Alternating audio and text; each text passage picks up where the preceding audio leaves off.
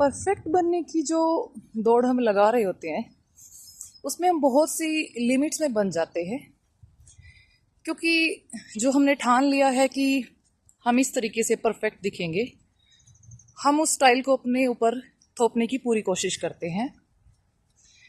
और परफेक्शन की कोई डेफिनेशन नहीं होती हमारे पास, हम केवल किसी और के स्टाइल को कॉपी कर रहे होते हैं। कोई इंसान हमें किसी काम में, किसी ड्रेस में, किसी प्रोफेशन में बहुत परफेक्ट नज़र आता है और हमें लगता है कि ये इंसान परफेक्ट, तो हमें भी ऐसा बनना चाहिए।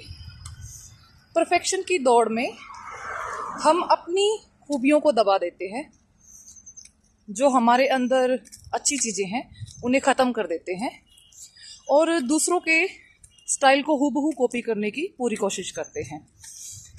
इस दौड़ में हम उस चीज़ को कॉपी करके अपने ऊपर उसे परफेक्ट तरीके से लेकर आ पाएँ।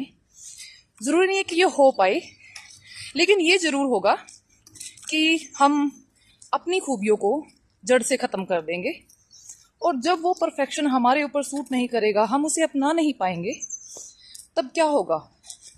ना तो हम उसे अपना पाए और अपनी खूबियों को भी ख़त्म कर दिया।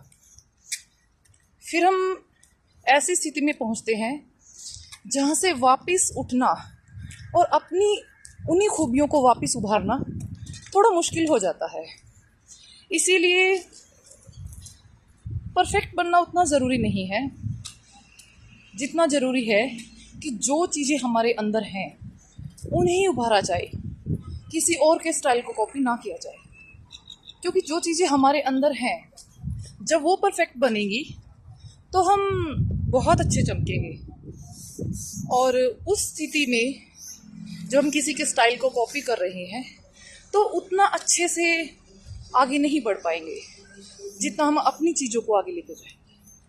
तो ज़रूरी ये है कि हम किसी को देखकर दूसरों की चीज़ों को अपने ऊपर थोपने से ज़्यादा अच्छा है कि हमें अपनी ही खूबियों को आगे बढ़ाना चाहिए और जो कुछ कमियां नज़र आती हैं उन्हें सुधारना चाहिए।